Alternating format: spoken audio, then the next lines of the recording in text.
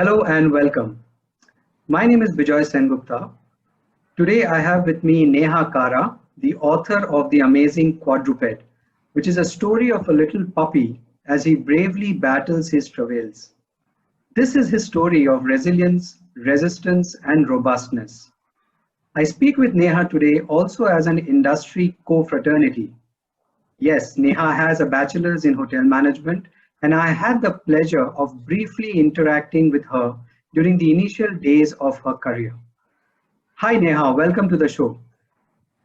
Thank you. It's been a pleasure being here. I've been waiting for this more eagerly than the world has been waiting for the COVID-19 vaccine. Knowing you come from a similar background like I do, and you took the Yes. time and the effort to write a book. So tell us about your book, Neha. Okay. It is basically not, if I had to put it in simple words, it's a series of hilarious incidents which has taken place because it is basically a dog's mentality. It is sandwiched between two people. One is a religious mother who is very much, I can say my mother suffers from, she's not here, she's not listening, thank God. Yeah, she suffers from OCD. So she's very particular about things in cleanliness and very particular about how things have to be. And there's nothing wrong in it. And there's my sister who is very much a dog lover and animal lover and loves to play around with puppies and pets, and she is very much into into social service activities as well. So how dog sandwiched between these two varying mentalities is what forms the crux of the story. Yeah. Excellent, excellent. I in fact had the opportunity to go through the book. I managed to Yeah. finish half of the book, and I thought I got a fair idea, so it was the right time to speak to you. So when did you first realize, Neha, that you wanted to write a book? Okay, this I will not take credit for this. It comes to my younger brother because it was his idea to put this forward. It started with a hilarious incident when my dog actually spoiled the carpet when he actually peed in the drawing room, and my mother was literally furious. She was like, either he stays at home or I stay at home. When I came back after 6 months, when I had to come back for vacations, for puja vacations or for Diwali, and he had fallen sick because of the crackers and all bursting around, she was the one who was going around getting his medicines, getting him vaccinated. And this was what is actually fascinating. Like, the one who did not want him to be around is the one who's actually running around for his welfare. How did this change of heart take place? I wanted to understand this. And then that is what my brother told me, is like most of the time both of them were being left alone at home. The only thing which bonded them was the solidarity, their solitude, solitude which actually bonded them. And that is how the relationship developed. And now my mother's so much concerned about him. Like, even if yesterday was Diwali, so she was making sure that there were no crackers around, and it's been what do you say? It has been a complete metamorphosis of her mentality. So how it takes place? Yeah, complete turnaround. Yeah.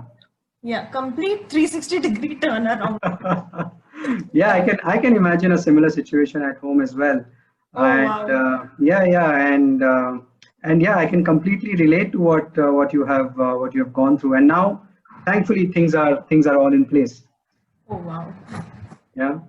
So Neha, when we think about an author or writing a book, the first thought that comes in anybody's mind is that, goodness, I mean, that's a lot of writing, that's a lot of time, that's a lot of imagination. So how did you put all these things together? How long did it really take you to write The Amazing Quadruped? And how did you manage your time? Because you were still working when this was happening, wasn't it? Yes. Yeah. So basically, as I told you before, it began with a hilarious incident, like a series of hilarious incidents, one after the other. And then that's my brother who actually suggested this particular thing to put this forward, because I went on to interact with people and I was like, you know what happened? My dog has done this today, and my mother was furious again. And then they were like, we have a similar story at our place as well. Our parents don't like our dog. And then what happened is, like, my neighbor next door, they're also not hearing. Wow, great. So they are like here. What happened is, like, the mother and the son fought, and the son actually left home and went away. And he's like, "Main nahi rahunga yahan par unless you don't accept my pet." So I realized that there's so much in common, and I have a lot to say.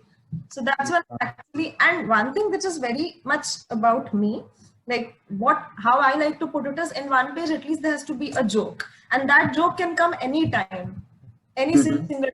Most of the, like, what do you say? Most of the revolutionary thoughts come to me while I'm in the bathroom sitting on my pot, but otherwise most of the revolutionary thoughts come time, but generally jokes can come anytime when you're having a walk. Those three jokes are the ones which you wait for. Like, for example, if you ask me what is a market survey, I'll say, if you go to a party and you ask a girl, will you want to marry me, she'll say, no, I'm not interested in marrying, I would want to go on with a casual hookup. So that is your Mhm. market survey. It tells you that girls are not interested for long-term relationships.